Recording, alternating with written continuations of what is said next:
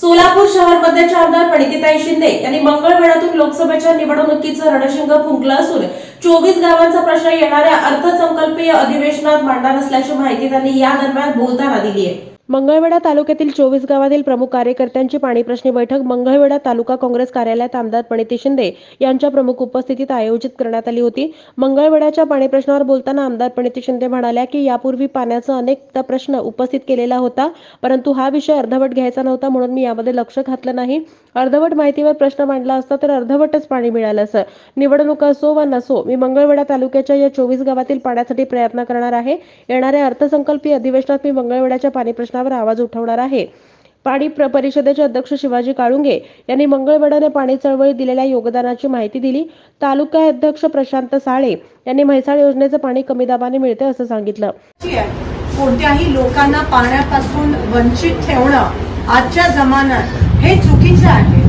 एवढी मोठी कोट्यावधी निधी जर हे सरकार खर्च करत असेल, त्यांच्या समोर 700 कोटी काय तेवढी जाहिरात विमानं त्याच्यात आता मला त्याच्यात पडायचं नाही आहे, किंवा एक टेंडर उचलल्यावर एवढे पैसे मिळत असतात। तर असं जर होत असेल तर माझ्या लोकांसाठी पाणी देण्यासाठी उजनीच्या डाव्या कालव्यातून नाग नदीमध्ये सोडून लिफ्ट करून सगळ्या गावांमध्ये देण्यासाठी ही रक्कम ही शासनासाठी माय बाप शासनासाठी किरकोळ आहे। हे समजूनच आपण हक्काच्या निधीसाठी आणि हक्काच्या पाण्यासाठी भांडणं हे अनिवार्य आहे, हे महत्वाचं आहे। आणि मी तुम्हाला शब्द देते की मी हे करीन, पण संघर्ष आहे, लढा आहे। तुमचा साथ हा महत्वाचा आहे। आज 9 आहे, पुढच्या वेळेस 24 नाही 35 पाहिजे अशी मी तुम्हाला विनंती करते। अर्थात तुम्ही मला म्हणाला की अजितदादांकडे मीटिंग आहे, मला माहित आहे तर सरकार आहे, सत्ता आहे, पण शेवटी हे सरकार कितपत काम करेल हा पण एक मोठा प्रश्नचिन्ह आहे। आश्वासन देण्यात पण माहेर आहे, पण स्वतःची खुर्ची सांभाळण्यात त्याच्यापेक्षा माहेर आहे।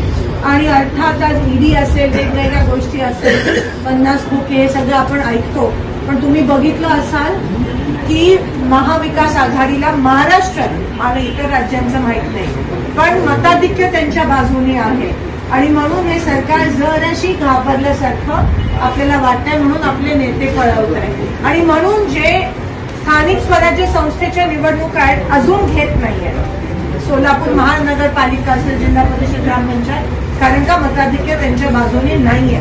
म्हणून महाविकास आघाडीच्या सरकारला येणाऱ्या दिवसात मताधिक्य मिळेल असं हे सरकारची एकंदरीत सर्व्हे रिपोर्ट, मी नाही सर्व्हे रिपोर्ट म्हणत आहेत। म्हणून आता ते जराशी घाबरल्यासारखे दिसत आहे, पण तो वेगळा प्रश्न आहे। आता आपण मूळ प्रश्न जो आहे मी त्याच्याबद्दल बोलूया।